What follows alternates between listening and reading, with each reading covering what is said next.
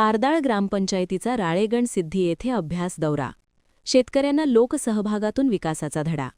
तारदाळ ग्रामपंचायतीच्या वतीने अहिल्यानगर जिल्ह्यातील आदर्श गाव म्हणून देशभर प्रसिद्ध असलेल्या राळेगण सिद्धी येथे शेतकरी अभ्यास दौरा आयोजित करण्यात आला होता. दौऱ्याच्या प्रारंभी बसचे विधिवत पूजन प्रसाद खोबरे, पंचायत समिती सदस्या प्रियांका खोबरे, सरपंच सौ पल्लवी पोवार, भीमराव बन्ने, चंद्रकांत तांबे, बाबासो महाजन, रणजित पोवार, सचिन कांबळे आदी मान्यवरांच्या हस्ते श्रीफळ वाढवून करण्यात आले. या दौऱ्यात गावातील शेतकरी बांधवांनी प्रत्यक्ष प्रकल्पांना भेट देत विकास कामांची पाहणी केली. यावेळी शेतकऱ्यांनी ज्येष्ठ समाजसेवक अण्णा हजारी यांची भेट घेत मार्गदर्शनही घेतले.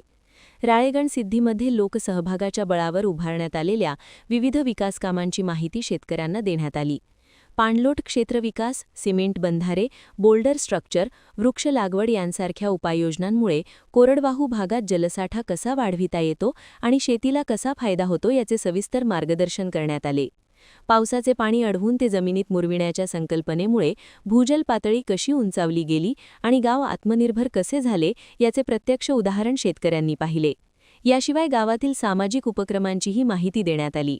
गावचा वाढदिवस ही संकल्पना, पर्यावरणपूरक आणि सामूहिक पद्धतीने साजरा होणारा आगळावेगळा बैलपोळा तसेच वेस्टमधून बेस्ट या उपक्रमांतर्गत कचऱ्याचे पुनर्वापरातून होणारे उत्पन्न याविषयी शेतकऱ्यांनी जाणून घेतले.